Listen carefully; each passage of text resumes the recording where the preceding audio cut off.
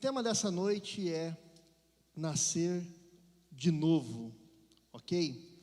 Eu quero convidá-los a abrir o texto, meus irmãos, em João capítulo 2. João capítulo 2, do versículo 23.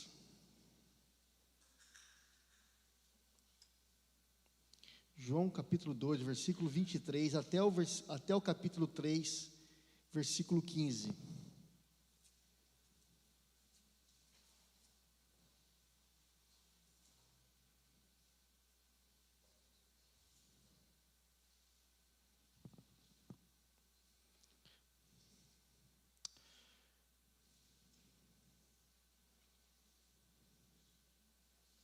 Ok? Todos acharam?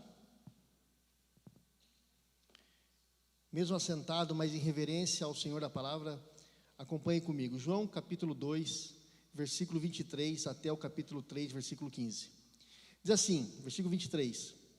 Estando ele em Jerusalém durante a festa da Páscoa, muitos, vendo os sinais que ele fazia, creram no seu nome. Mas o próprio Jesus não se confiava a eles, porque os conhecia todos, e não precisava de que alguém lhe desse testemunho a respeito do homem, porque ele mesmo sabia o que era a natureza humana. Capítulo 3. Havia entre eles, os fariseus, um homem chamado Nicodemos, um dos principais dos judeus. Este, de noite, foi ter com Jesus e lhe disse: Rabi, sabemos que és mestre, vindo da parte de Deus, porque ninguém pode fazer esses sinais que tu fazes, se Deus não estiver com ele. A isto respondeu Jesus: em verdade te digo, que se alguém não nascer de novo, não pode ver o reino de Deus. Perguntou-lhe Nicodemos: como pode um homem nascer sendo velho? Pode porventura voltar ao ventre materno e nascer a segunda vez? Respondeu Jesus: em verdade te digo, quem não nascer da água e do Espírito, não pode entrar no reino de Deus. O que é nascido da carne, é carne. O que é nascido do Espírito, é Espírito. Não te admires de eu te dizer: importai-vos nascer de novo? O vento sopra onde quer, ouves a sua voz, mas não sabes de onde vem e nem para onde vai. Assim é todo aquele que é nascido do Espírito. Então lhe perguntou Nicodemos: como pode suceder isto? Acudiu Jesus: tu és mestre em Israel e não compreendes essas coisas?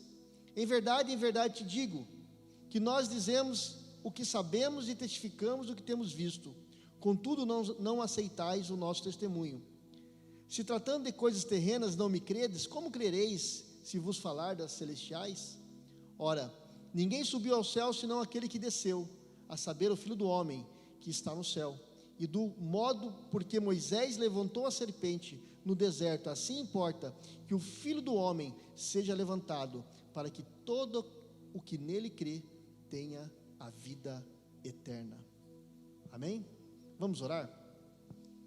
Obrigado, ó Pai, por essa noite, por essa palavra que vamos ler, que vamos compartilhar. Eu peço, Espírito Santo de Deus, a capacitação que vem do alto do Senhor para compartilhar, Deus, essa palavra. Que o Senhor, Deus, use os meus lábios como instrumento, e que essas palavras, Deus, que possam encontrar corações sedentos, para que possa, Senhor Deus, receber essa palavra e praticá-las, esses irmãos possam praticá-la no seu dia a dia. Espírito Santo de Deus, nos ajuda a ouvir a Jesus, a ouvir a sua voz e também a praticarmos a sua palavra. Muito obrigado, ó Deus, em nome de Jesus, amém e amém. Nós estamos na série Jesus e o tema dessa noite é nascer de novo. Mas eu quero lembrar, falando um pouco do último sermão que nós falamos dessa série sobre o templo. Nós aprendemos algumas coisas importantes no último sermão. Nós aprendemos sobre o zelo.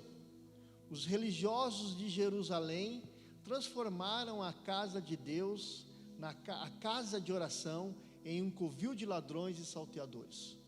Não importavam mais os ritos religiosos e nem a adoração genuína. Eles profanaram o sagrado, o divino, e transformaram ali em algo em benefício pessoal. Eles criaram regras e leis que dificultavam a adoração genuína, a adoração dos povos até o Senhor. O zelo pela casa de Deus havia acabado e se transformaram então ali a casa de Deus em um lugar de comércio. E Jesus, meus irmãos, irritadíssimo com aquela situação, ele expulsa os cambistas, os vendedores, os animais por causa de um zelo santo.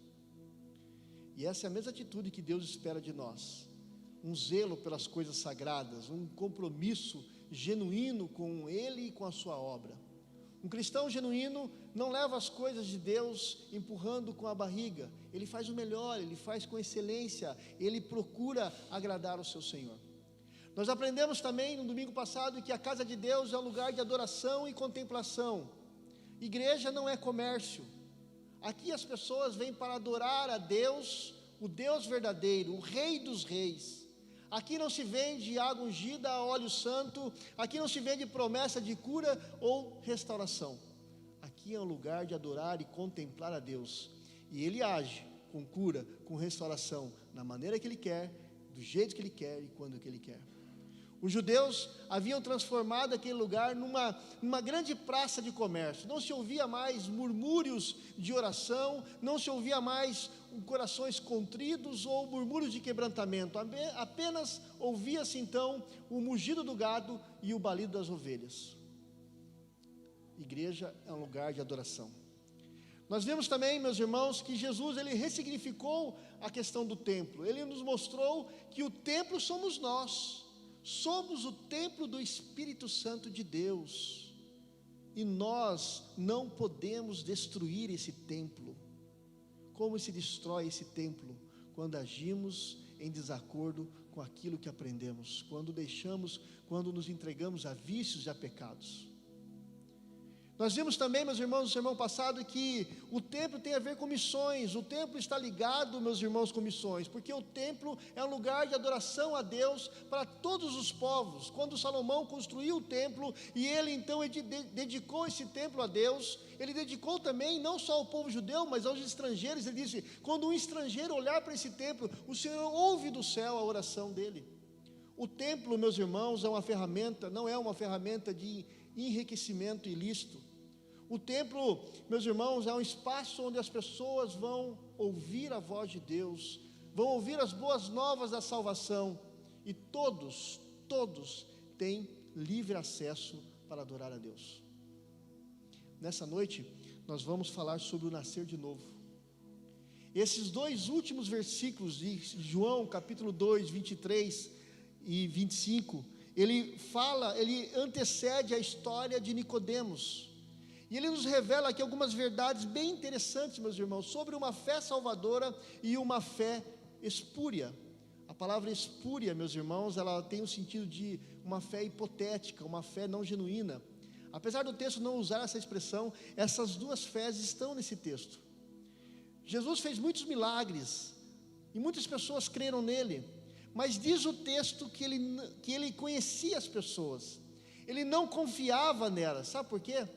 Porque há uma diferença muito grande, queridos irmãos, entre você falar e o que você faz, e o seu modo de agir.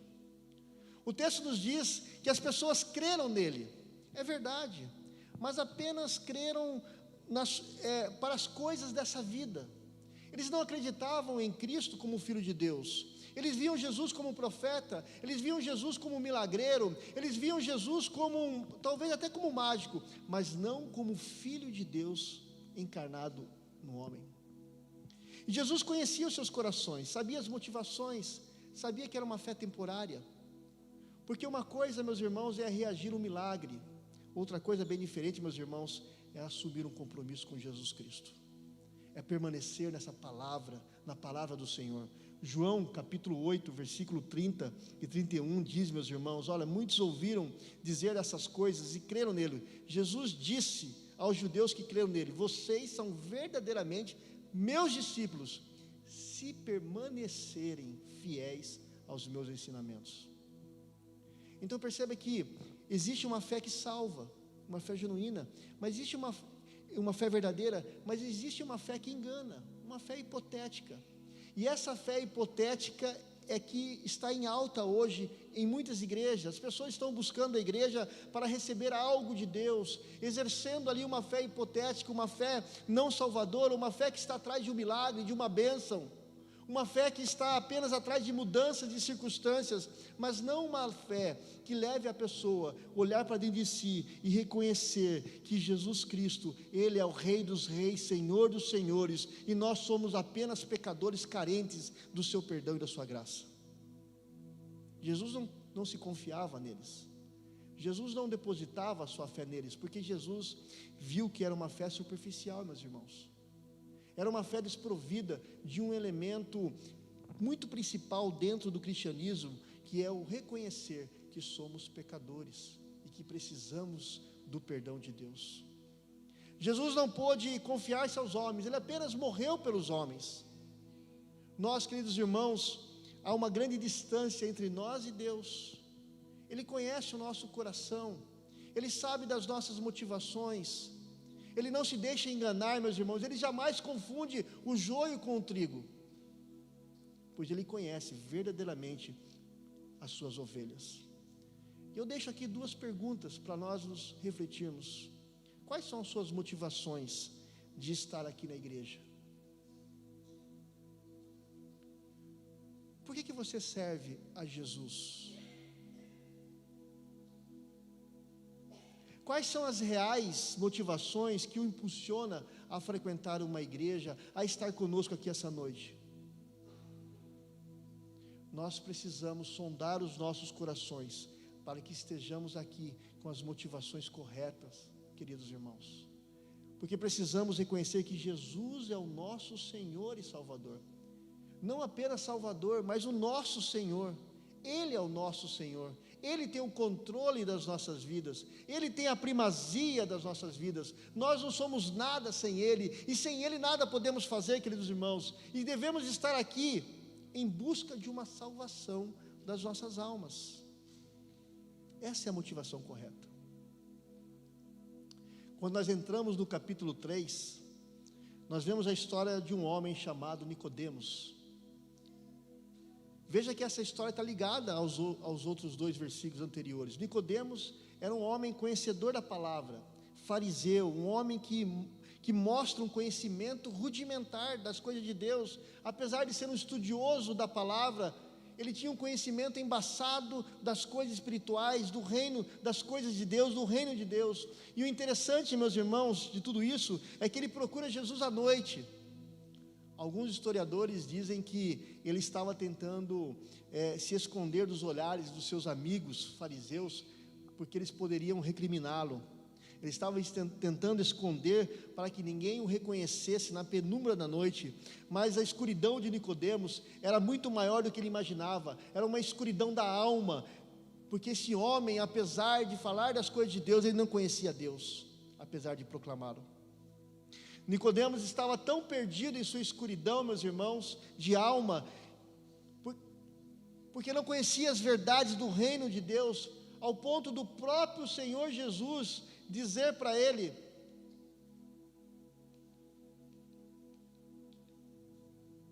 opa, tem alguém mexendo lá? Volta para mim. O Senhor é professor do povo de Israel e não entende isso. Ele foi arguido pelo próprio Senhor Jesus por conta da falta de revelação do reino de Deus, um homem que proclamava essa mensagem.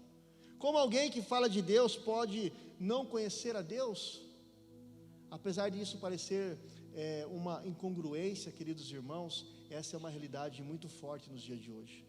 Muitas pessoas falam de Deus que não conhecem. Assim como Nicodemos procura se esconder nas sombras, meus irmãos, muitas pessoas procuram se esconder nas sombras da teologia, do pragmatismo, da sabedoria do homem, ao invés de deixarem o Espírito de Deus trazer a revelação em seus corações. Ele é o único que pode trazer a revelação. Lá em João capítulo 3, 5, Jesus respondeu: e eu lhes digo a verdade, ninguém pode entrar no reino de Deus se não nascer de novo. O versículo 7 ele é mais imperativo ainda, ele é muito forte, ele diz, olha, é necessário nascer de novo. Jesus está dizendo aqui, meus irmãos, para aquele homem, para nós essa noite, que devemos nascer de novo para que possamos desfrutar do reino de Deus. Pastor, o que significa nascer de novo? Eu quero dizer, meus irmãos, que o novo nascimento é a mais importante e urgente necessidade da sua vida. Preste bem atenção. O novo nascimento é a mais urgente e importante necessidade da sua vida. Você precisa nascer de novo, porque se você não nascer de novo, a sua vida é vã, a sua esperança é vã e a sua religião é vã. Sem o novo nascimento, queridos irmãos, Deus estará contra você no dia do juízo. Sem o novo nascimento, meus irmãos, a palavra diz que Deus condenará você no dia final. Sem o novo nascimento, os céus estarão de portas fechadas para você. Jesus disse, meus irmãos, em João 3,3, eu lhes digo a verdade, quem não nascer de novo, não verá o reino de Deus. No versículo 7, ele diz, olha, portanto, não se surpreenda quando eu digo, é necessário nascer de novo. Independentemente, meus irmãos, se você é uma pessoa respeitável, uma pessoa religiosa, rica ou pobre, feliz, depressiva, zeloso, conservador ou não, se você não nascer de novo, não haverá esperança para a vossa alma.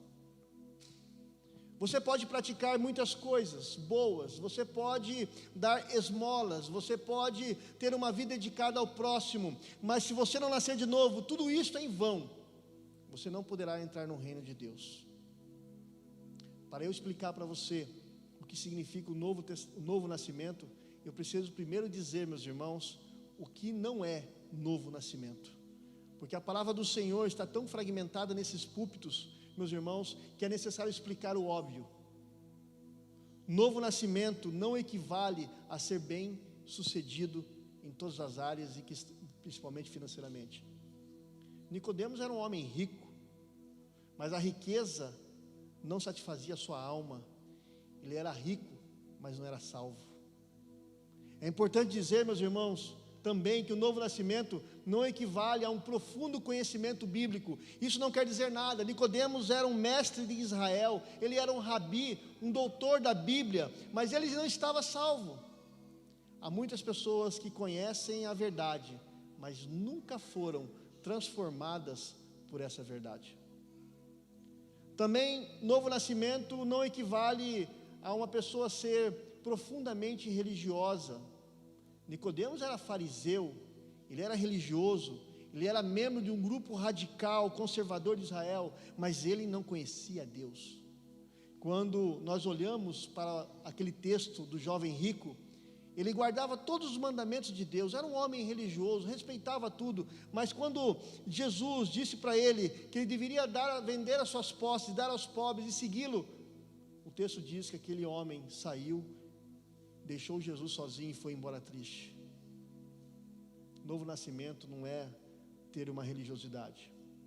Novo nascimento também não equivale a ocupar um cargo de liderança na igreja. Nicodemos, meus irmãos, era um dos principais dos judeus. Ele era membro do Sinédrio, era um homem respeitadíssimo, um homem que conhecia todas as questões de lei e de tudo que passava em Israel, mas mesmo ocupando esse cargo, ele não estava apto para ir ao céu.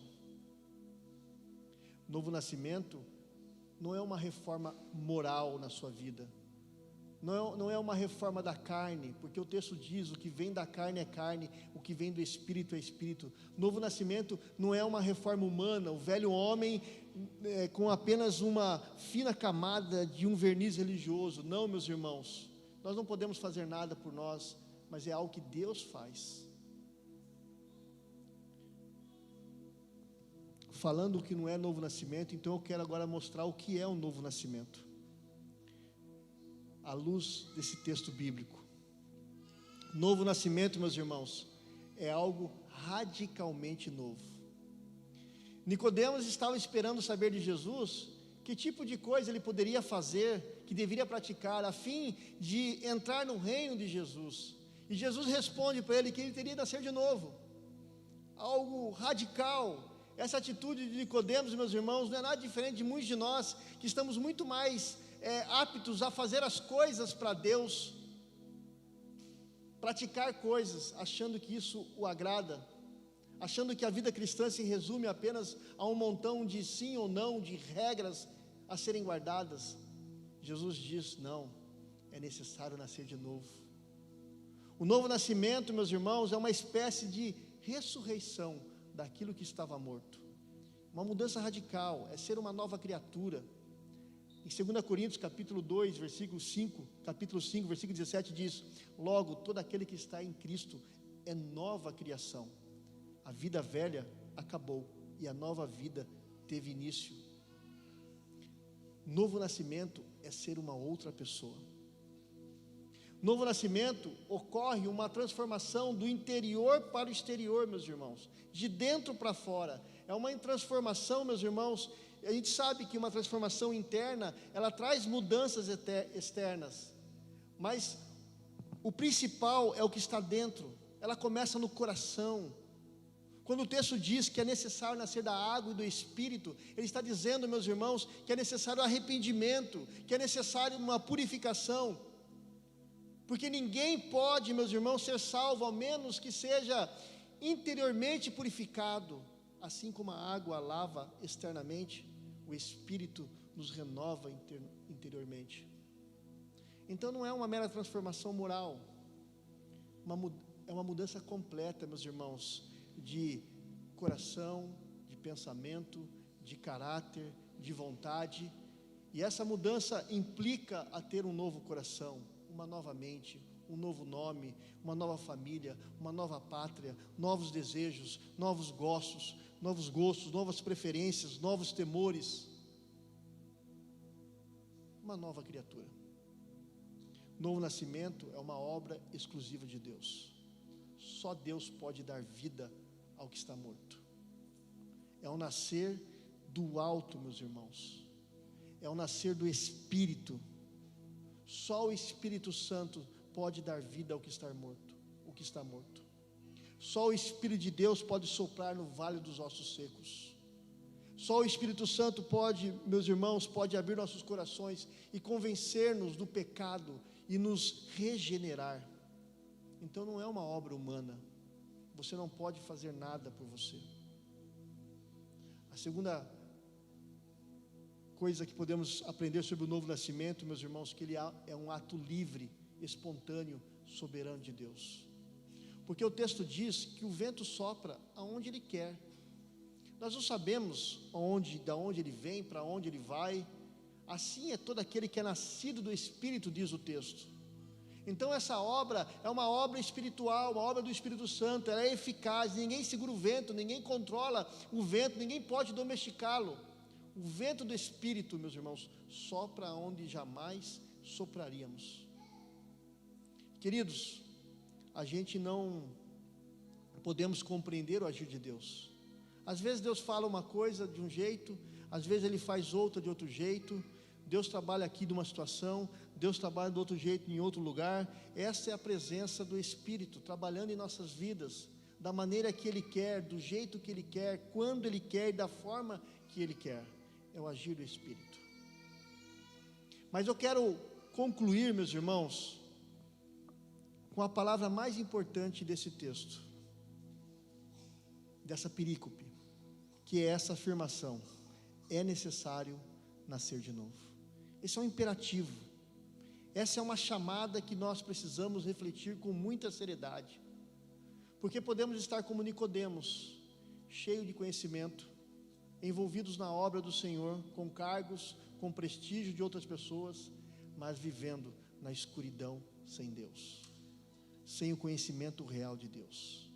É necessário vos nascer de novo. Precisamos nascer de novo, porque, meus irmãos, o nosso coração é inclinado para o mal. Nós somos inclinados contra Deus. Jamais desejaríamos conhecer a Deus, queridos irmãos, se o próprio Deus não provocasse sede em nós. A nossa inclinação da carne é inimizade contra Deus. Nós não podemos mudar isso em nós, faz parte da nossa natureza. Podemos nos encontrar cegos para as coisas de Deus, insensíveis, mortos para a sua voz, para a voz do Espírito. E se formos deixados à nossa própria sorte, meus irmãos, nós pereceremos. Nós precisamos poder do alto para nos dar vida. Nós podemos fazer muitas coisas, mas não dar vida a nós mesmos. Queridos irmãos, sem um novo nascimento, nós não podemos chegar ao céu. Você pode entrar no céu, queridos irmãos, sem dinheiro. Você pode entrar no céu, queridos irmãos, sem fama, sem cultura, sem religião, mas jamais sem um novo nascimento, sem um toque regenerador do Senhor em sua vida, porque o texto diz, meus irmãos, que não podemos ver o reino de Deus, não podemos entrar nesse reino sem um novo nascimento. E a não ser que Deus transforme o nosso coração de pedra em um coração de carne, a não ser que recebamos um toque regenerador do Espírito Santo, meus irmãos, nós não podemos vê-lo, porque o homem natural não compreende as coisas de Deus. A fé intelectual, a fé emocional, ela não é suficiente para nos colocar no reino de Deus. Nós vemos nesse texto aqui algumas pessoas que viram os milagres, elas creram nele, mas era uma fé hipotética, uma fé que não era duradoura. Então, para que eu e você possamos ser salvos, nós devemos não olhar para os milagres, mas devemos olhar para aquele que foi levantado na cruz, Jesus Cristo, nosso Senhor. Muitos foram atraídos a Jesus com uma fé apenas intelectual, uma fé emocional, porque observaram os seus prodígios, os seus milagres, que um dia foram feitos em suas vidas. Nicodemos também ficou impressionado com os sinais que Jesus fazia. Isso levou a ele reconhecer que Jesus era Deus e que Deus estava com ele. Mas a fé de Nicodemos não era suficiente, meus irmãos, para salvar a sua alma. Crer em milagres não é suficiente bastante para nos levar ao céu. Jesus disse: é necessário nascer de novo. Lá no céu, meus irmãos, não entrarão ninguém por ser presbiteriano. Lá no céu não entrará ninguém por ser batista, assembleano, metodista, católico. Lá no céu, meus irmãos, vai entrar aqueles que nasceram de novo, aqueles que foram remidos e lavados pelo sangue do Cordeiro. Porque sem novo nascimento, o céu não será possível para a sua alma. Quem não nasceu de novo, não experimentará o banquete da mesa de Deus. Vamos voltar nossos olhos novamente para a mudança que aconteceu com Nicodemos. Um homem que foi procurar Jesus na penumbra da noite, para não ser reconhecido pelos seus pares. Após ter essa conversa com Jesus, teve a sua mente aberta, o seu coração destravado, e esse homem experimentou então um novo nascimento. Agora nascido de novo, não mais se escondia, mas defendia abertamente o Senhor Jesus. Lá em João 7, se você quiser abrir sua Bíblia aí, versículo 43 e 52, João 7, versículo 43 a 52, diz o seguinte: olha, assim, a multidão estava dividida a respeito de Jesus. Alguns queriam que ele fosse preso, mas ninguém pôs a mão nele. Quando os guardas do templo voltaram, sem ter prendido Jesus, os principais sacerdotes e fariseus perguntaram: por que vocês não o trouxeram? E eles responderam: nunca ouvimos alguém falar como ele. Vocês também foram enganados? Zombaram os fariseus. Por acaso um de nós que seja entre os líderes dos fariseus creram nele? As multidões são ignorantes e seguem, mas elas não têm conhecimento da lei, são amaldiçoadas. Então Nicodemos, o líder, que antes havia se encontrado com Jesus, perguntou: a lei permite condenar um homem antes mesmo de haver uma audiência? E eles disseram para Nicodemos: você também é da Galileia? Procure e veja por si mesmos, nenhum profeta vem da Galileia. Nicodemos naquele momento se levantou de autoridade, tentou defender Jesus. E nós sabemos que ele se converteu, meus irmãos, porque lá em João 19, 38 e 39, quando Jesus tinha sido crucificado, diz que José da Arimateia, que tinha sido discípulo secreto de Jesus, porque temia os líderes judeus, pediu autorização de Pilatos para tirar da cruz o corpo de Jesus. Quando Pilatos lhe deu permissão, José veio e levou o corpo, e estava com ele Nicodemos, um homem que tinha ido conversar com Jesus à noite. Nicodemos trouxe cerca de 35 litros de óleo perfumado, feito com mirra e aloés. Só um homem transformado teria coragem de encarar aquela turba novamente. Talvez essa noite eu esteja falando com alguém que tenha uma vida dedicada às coisas de Deus, há anos, trabalhando, servindo, mas não consegue mais sentir prazer naquilo que faz. Talvez essa noite você esteja envolvido com tantas coisas na igreja, mas você sabe que dentro de você tem algo errado, você está distante de Deus, você precisa de um renovo. Deus quer renovar a sua vida. Talvez essa noite eu esteja falando com alguém que nunca nasceu de novo, nunca entregou seu coração a Jesus. Jesus está dizendo: eis a hora é agora, é o momento, porque se você não nascer de novo, não terá parte comigo no reino dos céus. O reino foi preparado por meu Pai para vocês, disse Jesus. Preste atenção nessas palavras. Você só tem uma alma. Preste atenção nessas palavras. O nascer de novo é necessário. Não confie na sua teologia, não confie na placa denominacional, não confie naquilo que você acredita. Confie a sua vida nas mãos daquele que pode mudar a sua vida, Jesus Cristo. E eu quero que vocês fechem seus olhos e que você reflita sobre a sua vida. E nessa palavra, é necessário vos nascer de novo. Quero fazer um convite a você que nunca entregou seu coração a Jesus, nunca fez esse posicionamento. Eu quero convidá-lo que você venha aqui à frente e entregue o seu coração a Jesus, dizendo: eis-me aqui, ajuda-me a nascer de novo.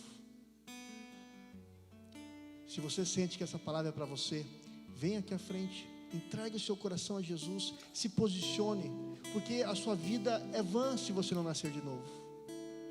Mas esse convite se estende também a você que está na igreja, porque Nicodemos era um religioso, era um homem que estava na igreja e servia ao Senhor, mas também ele era um homem que não conhecia Jesus. Eu quero fazer um convite para você também. Talvez você enxergue nessa noite que você precisa nascer de novo. E eu quero orar por você. Quando estava fazendo esse sermão, eu me coloquei nessa situação. E eu falei para Deus: Deus, eu me sinto como Nicodemos. Proclama a tua palavra, mas eu preciso conhecê-lo mais. Algumas coisas ficam tão pesadas na minha vida, e não é isso que eu quero. Senhor, me ajuda a nascer de novo. Me ajuda a me posicionar como homem de Deus, servo do Senhor. Se tem alguém que quer receber essa oração nesse sentido, vem aqui à frente, eu quero orar pela sua vida. Sempre lembrando que o pastor sempre está aqui à frente, né? Não tenha vergonha, eu já sou o primeiro de todos. Precisamos nascer de novo. Isso é compromisso, isso é vida, isso é relacionamento, isso é vida com Deus. O nascer de novo vai transformar você. O nascer de novo vai fazer com que você olhe as pessoas com os olhos de Jesus. O nascer de novo vai fazer com que você ame muito mais a Jesus do que você imagina ou você pensa. Vai ajudar você a vencer pecados. Vai ajudar você a crescer na fé, nessa fé genuína. Pai, ajuda-nos, ó Pai, a nascer de novo. Muitas vezes, ó Pai, nós agimos como Nicodemos, achamos que conhecemos ao Senhor, mas a nossa vida de oração prova que não conhecemos. A nossa vida de leitura da palavra prova que não conhecemos. A nossa vida de relacionamento com os irmãos prova que não conhecemos. Senhor, é necessário nós nascermos de novo. Que o Senhor abençoe esses dois irmãos que entenderam que precisam se comprometer de uma forma verdadeira, genuína. Eu me coloco junto com eles, porque Deus, precisamos do Senhor. Transforma os nossos corações e abra, Senhor Deus, as janelas dos céus, do Teu reino, para que possamos servir com todo o nosso coração. É o que eu peço, Deus, que o Senhor mude a vida desses irmãos, para a glória do Teu nome. Amém e amém. Amém, meus irmãos.